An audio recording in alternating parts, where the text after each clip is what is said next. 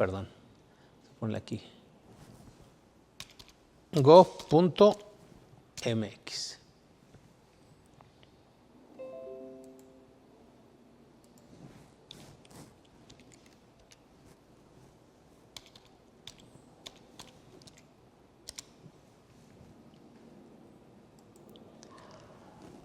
En esta página,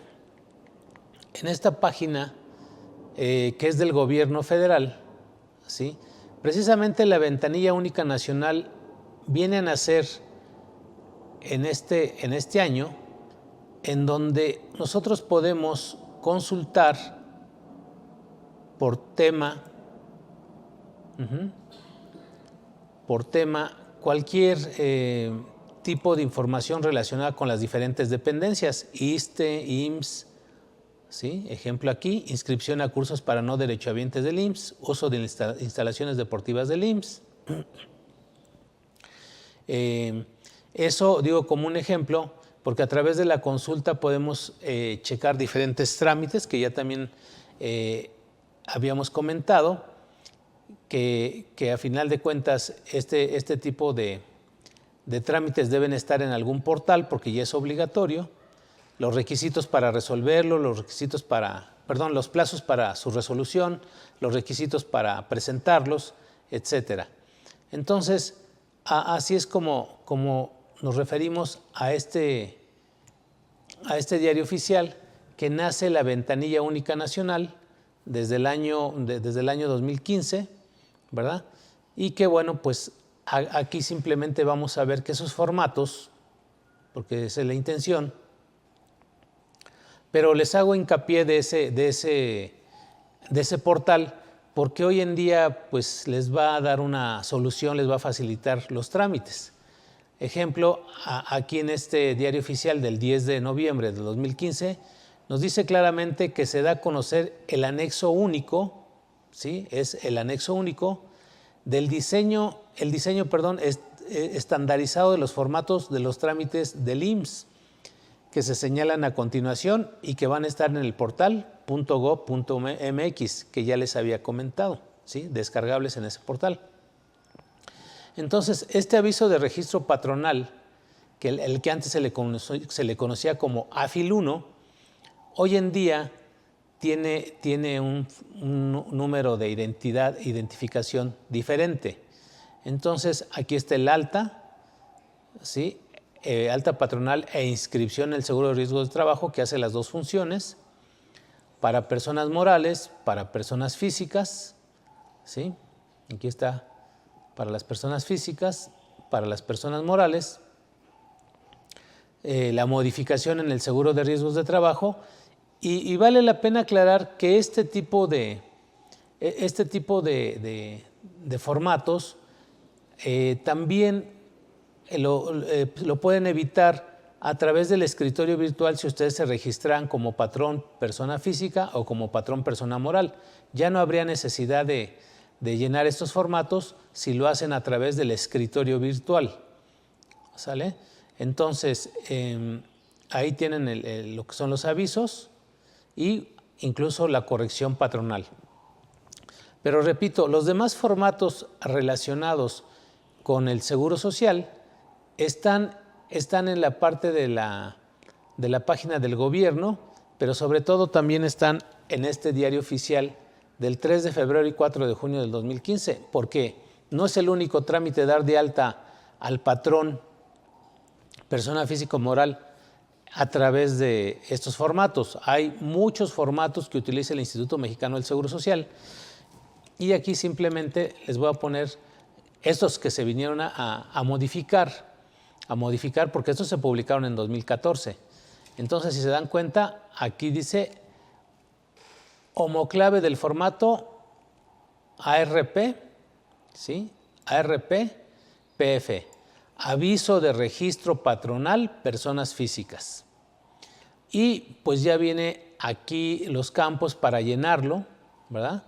Para llenarse a mano, para llenarse a máquina de escribir, para llenarse con la computadora, ¿sí? Si es que hay formatos editables que están en el internet en donde ustedes pueden llenar este formato del aviso de registro patronal. en donde, digo, en este diplomado la idea es que ustedes tengan un conocimiento de cómo vamos aplicando la ley con los formatos, con las páginas, ¿sí? Con los programas. Entonces, aquí tenemos simplemente el formato, que hay que describir también las actividades, los productos que utilizan, ¿no? Que decíamos que siempre que ustedes hagan un cambio en sus actividades o adquieran activos que modifiquen la actividad preponderante, tendrán que manifestarlo ante el Instituto Mexicano del Seguro Social. Y eso les va a obligar a muchas veces a hacer un cambio de la prima de riesgos de trabajo, ¿sí? Si cuentan con equipo de transporte, qué uso le dan a ese equipo de transporte, los procesos de trabajo, los iniciales, los intermedios y los finales.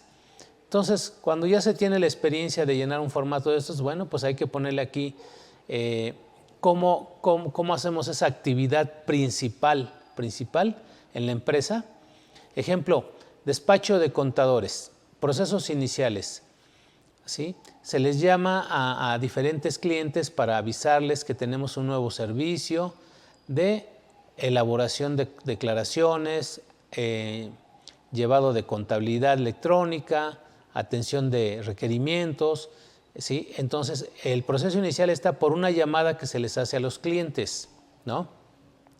Paso número 2, una vez recibida la llamada, se le canaliza al área correspondiente para que se le tomen sus datos, ¿verdad?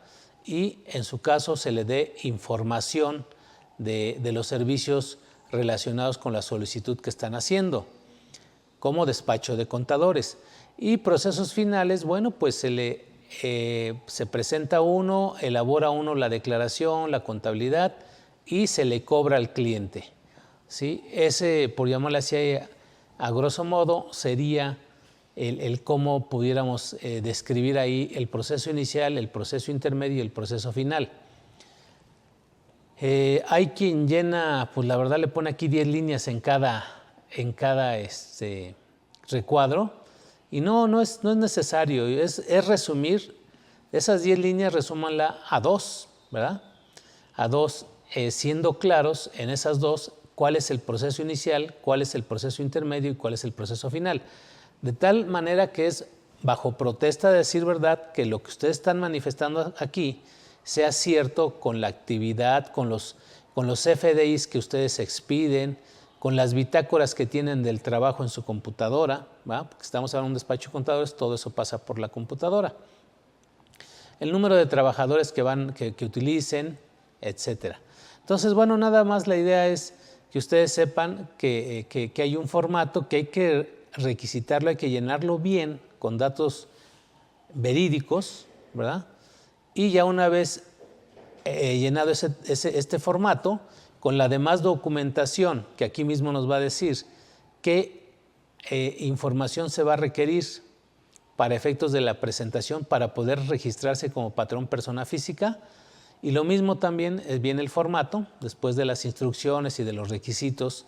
Aquí les va diciendo la guía para el llenado, qué domicilio, qué es el domicilio fiscal realmente el que deben ustedes registrar, los datos del representante legal, ¿verdad? Si existe un centro de trabajo, qué domicilio tiene el centro de trabajo, cuál es su domicilio fiscal y cuál es su domicilio del centro de trabajo. Y así tenemos que una vez llenado el formato, pues, acuden al Instituto Mexicano del Seguro Social con la demás información, una identificación oficial, la CURP, comprobante de domicilio, etcétera, y les van a sellar este documento para asignarles un registro patronal. ¿Sí? Por eso se llama aviso de registro patronal. Ese es el de las personas morales, aviso de registro de las personas morales. Y lo mismo viene en todos los campos para que pongan uno el nombre de la empresa, la fecha de la presentación del aviso y la fecha a partir de la cual surte efectos, ¿sí? Surte efectos este movimiento. Entonces, ahí pues va a depender del acta constitutiva, ¿verdad? Y de la fecha de presentación. En el acta constitutiva dice cuándo fue creada la empresa y aquí, bueno, cuándo van a presentar el aviso. Acuérdense que se tienen 5 días hábiles. El domicilio fiscal, ponen los datos de la escritura constitutiva o de la nota del registro del sindicato datos del representante legal, ya sea de la empresa, del sindicato o de la sociedad, ¿verdad? Si son sociedades civiles, sociedades cooperativas, etcétera. Aquí relacionan los socios, hasta 4 socios, ¿sí? Y bueno, pues luego viene lo que es el domicilio del centro de trabajo en caso que haya, porque hay un domicilio fiscal, personas autorizadas para presentar los avisos de afiliación. Aquí mismo, acuérdense que también en la TIP, en la tarjeta de identificación patronal, ahí también se autorizan a personas para que registren. Entonces, concluimos con esto. Este diario oficial del martes 10 de noviembre de 2015 es la última publicación, o sea, hace 6 años, que se dio de los formatos. No ha habido ninguna otra actualización. Esto los venden en las papelerías, los pueden descargar del internet, se los pueden entregar ahí si ustedes lo solicitan en el Instituto Mexicano del Seguro Social, ahí en las oficinas administrativas. Y bueno, esto tiene que ver con el artículo 15 que habla del registro de los patrones, personas morales, personas físicas. Pero también habla de la inscripción de los trabajadores. Entonces, lo mismo sucede. En el diario oficial de la Federación, ¿sí? Aquí donde tenemos estos avisos, ¿sale? Tenemos por ahí del 4 de junio del 2015.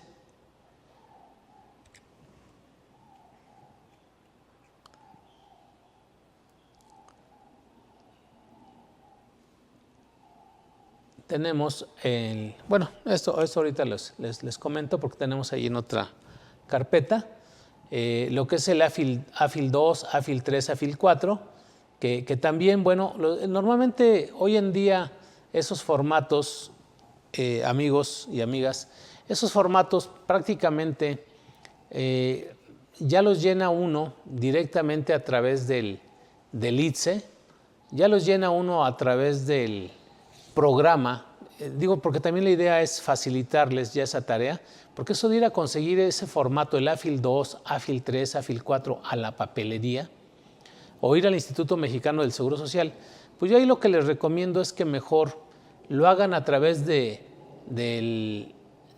fíjense, tienen varias opciones. A través del SUA, del programa SUA, se puede generar el archivito para presentarse a través del ITSE.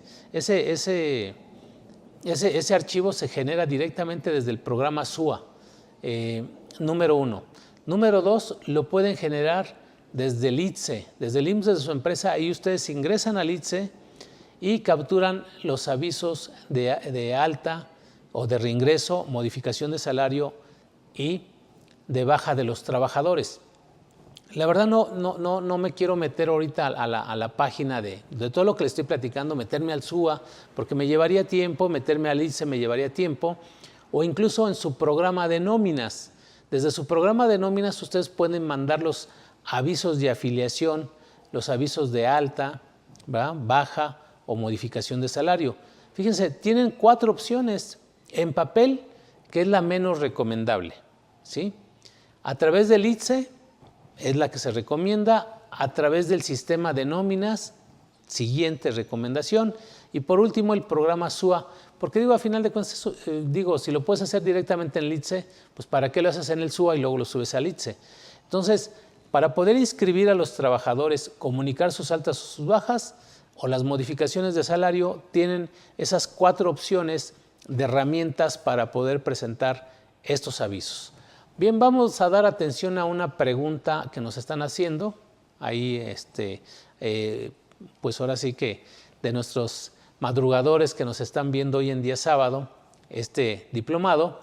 Y bueno, pues a todas las personas que nos hacen favor de vernos, les invitamos a que nos hagan sus preguntas conforme vamos platicando del tema. Porque la verdad, si se dan cuenta, es muy interesante ir hablando de cada artículo, de cada fracción, oración, etcétera, porque tiene que ver con la práctica que hacemos en el día con día. Bien, aquí María nos pregunta, ¿hay forma de saber por parte del patrón si existen avisos de retención de los trabajadores en la página de Infonavit? Los trabajadores no entregan los avisos. Gracias. Sí, Sí, María, definitivamente sí hay forma de checarlo a través del portal. Ahí puedes tú conocer qué trabajadores tienen crédito de Infonavit e incluso cuál es el porcentaje que hay que descontarles, entre otros. Ahí puedes bajar la constancia también de situación fiscal para efectos del Infonavit.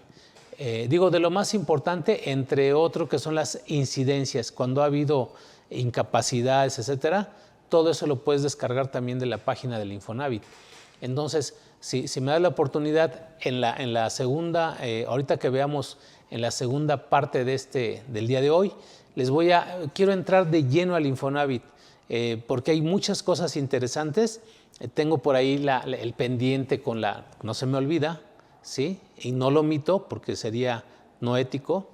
Quedamos la clase pasada de ver el tema del Infonavit el día de hoy. Casos prácticos, vamos a ver el portal del Infonavit, vamos a ver la ley del Infonavit, el reglamento para el pago de aportaciones, enteros y descuentos. La verdad está muy interesante ese tema y ahí aprovecho para ingresar al portal ahí sí y mostrarte en dónde viene esa parte de cómo saber si el trabajador tiene crédito o no tiene crédito, porque sí, la pregunta que estás haciendo sí es muy importante, toda vez de que cuando tú contratas un trabajador, adicionalmente desde que lo contratas, María, te voy a dar un tip y te lo voy a mostrar aquí en la pantalla.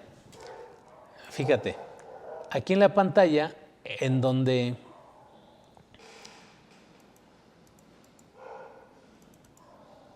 le hagas llenar y firmar con su puño y letra una carta manifestación de crédito Infonavit, ¿sí? Bajo protesta de decir verdad, que ponga la fecha aquí el trabajador, ¿sí? Esta la tengo desde el año 2017, no tiene modificaciones, nada más la modifico, porque la implementaron ahí en alguna empresa, ¿sí? O en diferentes empresas se implementó. A quien corresponda, por medio de la presente, manifiesto bajo protesta de decir verdad, que a la fecha sí o no cuento con crédito Infonavit, para lo cual proporciono en su caso los siguientes datos. Si tuvo crédito de Infonavit, pues que ponga sus datos, el trabajador, los datos del crédito. De conformidad con lo anterior, me comprometo a notificarle al instituto la nueva relación laboral con esta empresa para efectos de obtener y proporcionarles el aviso de retención. Entonces, sí se puede saber en el portal, pero siempre es importante saberlo del trabajador, directamente que el trabajador te lo diga desde que lo contratas, si tiene crédito de Infonavit o no. Porque el hecho que te proporcione datos falsos recién que lo contratas, ahí tienes una ventaja como patrón, ¿sí? Que le puedas rescindir el contrato sin responsabilidad para la empresa. Y en ese sentido, la Ley Federal del Trabajo dice claramente, sí, que es causa de rescisión de trabajo los datos falsos. En este caso, si a través de este documento te está falseando la información, vamos a pensar que te falseó aquí. En el portal, pues también va a venir si tiene crédito o no. Y cuando tú detectes que aquí te dijo que no tenía crédito de Infonavit y en el portal te dice que sí tiene crédito de Infonavit, pues en automático hay una falsedad de información y procedería la rescisión de la relación laboral sin responsabilidad para el patrón, procediendo a finiquitarle nada más la parte proporcional de sus prestaciones mínimas de ley. ¿Sale? Bien, vamos a pasar a una siguiente pregunta. Nos dice Alberto. Buenos días, maestro. Buenos días, Alberto. Tengo una duda. Para los salarios de operadores de transporte, como su salario no es fijo, ¿se dan de alta en esa modalidad de salarios variables o bajo los acuerdos que tiene la CANAPAT, ¿sí? La Cámara Nacional de los Patrones, ¿verdad?, Trabajadores del Transporte?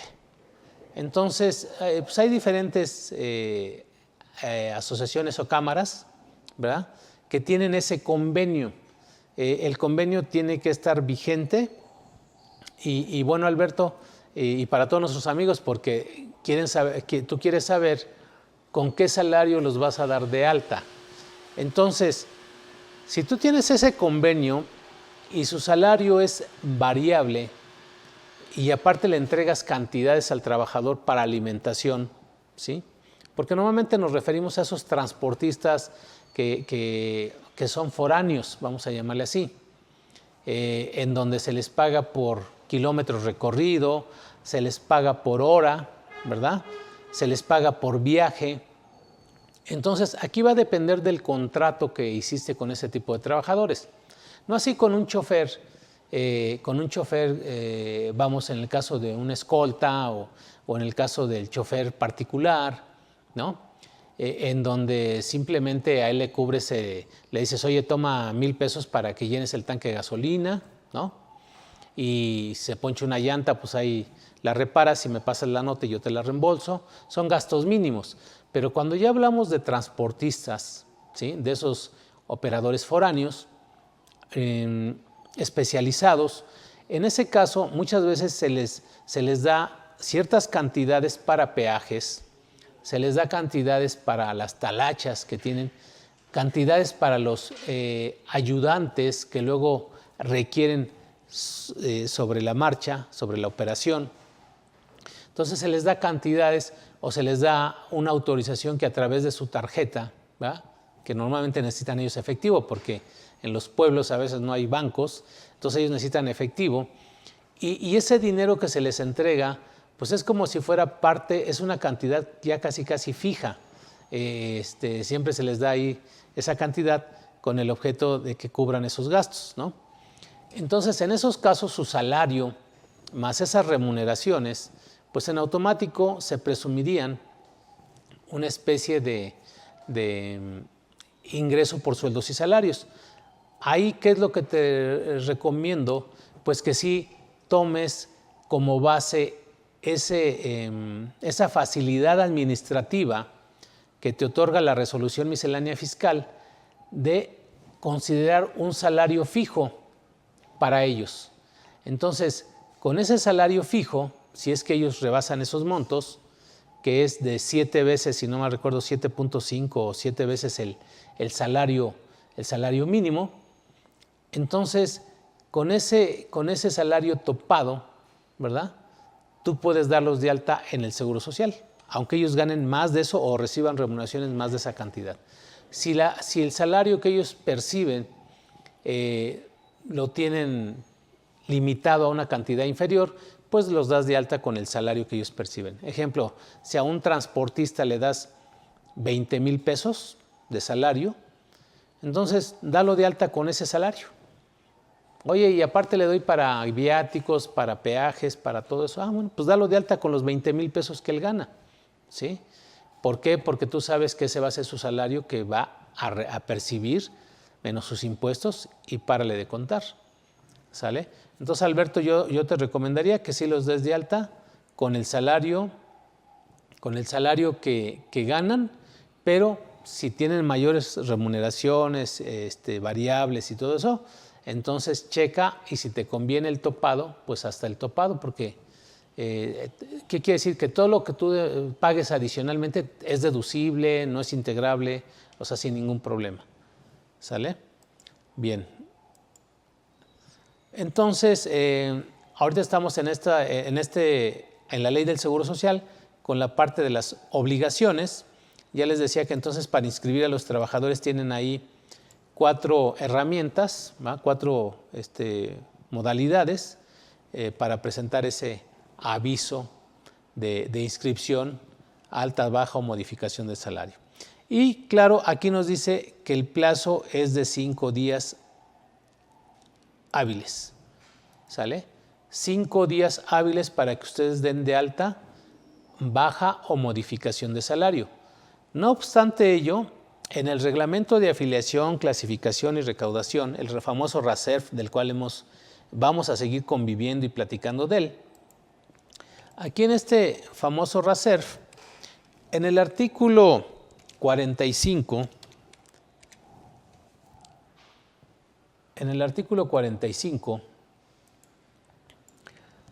establece lo siguiente: los patrones deberán inscribir, fíjense cómo siempre va a respetar la palabra. Cuando hablamos de patrones, Los patrones se registran. Cuando hablamos de trabajadores, los trabajadores se inscriben, ¿sí? Entonces, los patrones deberán inscribir a los trabajadores en los términos que señala la ley. Ya vimos el artículo 15. Asimismo, podrán hacerlo el día hábil anterior. Importantísimo. Asimismo, podrán hacerlo el día hábil anterior al inicio de la relación laboral. En este caso, el reconocimiento de los derechos o semanas para determinar el otorgamiento de las prestaciones se contabilizará a partir de la fecha en que, como inicio de la relación laboral, se señale en el aviso respectivo. Acuérdense que cuando el día hábil anterior, o sea, día hábil anterior, entiéndase, días hábiles no contando sábados, domingos o días festivos, ¿sí? Solamente en un día hábil. Esto es altamente recomendable, esto tomen nota, como bien les dije la vez pasada, tomen nota, por favor, porque este artículo 45 los va a librar de un capital constitutivo, ¿sí? Los va a librar de una buena multa, los va a librar de muchas cosas, de recargos, etc. El hecho de dar de alta a un trabajador el día hábil anterior, se evitan un riesgo de trabajo, ¿sí? Se evitan un riesgo de trabajo en caso de que se diera, están ya protegidos los trabajadores. Perdón, hago la corrección, no es que se eviten un riesgo de trabajo, se evitan el capital constitutivo derivado de un riesgo de trabajo. Esa es la palabra correcta, ¿sí? Entonces, sí les recomiendo mucho que cuando se trate de dar de alta a los trabajadores, si va a entrar, ejemplo, hoy es sábado 7 de agosto y el lunes va a entrar un trabajador, se va a presentar a laborar ya con ustedes, ahí lo que les recomiendo es denlo de alta con la fecha del día lunes, pero presenten el aviso el día de hoy 7 de agosto. Oye, ¿a poco se puede? Sí, sí se puede. Bien, pues les damos la bienvenida a todos nuestros amigos que nos están viendo a través de Facebook. Sean bienvenidos a este Diplomado Máster en Impuestos 2021, en el cual abordamos este módulo ahorita de Seguro Social y que estamos hablando de la ley del Seguro Social, de los reglamentos del Seguro Social y que más adelante platicaremos del Infonavit para que nos hagan favor de seguirnos viendo. Entonces, estamos ahorita con el tema del registro de los patrones y de la inscripción de los trabajadores. Se tienen los formatos AFIL 2, AFIL 3 o AFIL 4 y que esos formatos, pues de una de otra manera, los pueden conseguir en la papelería o en su caso pueden hacerlo a través del portal del Instituto Mexicano del Seguro Social, denominado ITSE, o lo pueden hacer a través de su sistema de nómina. Hay algunos sistemas de nómina que ya traen ese enlace para presentar los avisos directamente desde el sistema de nóminas, o en su caso, desde el programa SUA, se genera un archivo que simplemente ingresan a la página del IMSS y a través del módulo del ITSE lo pueden enviar.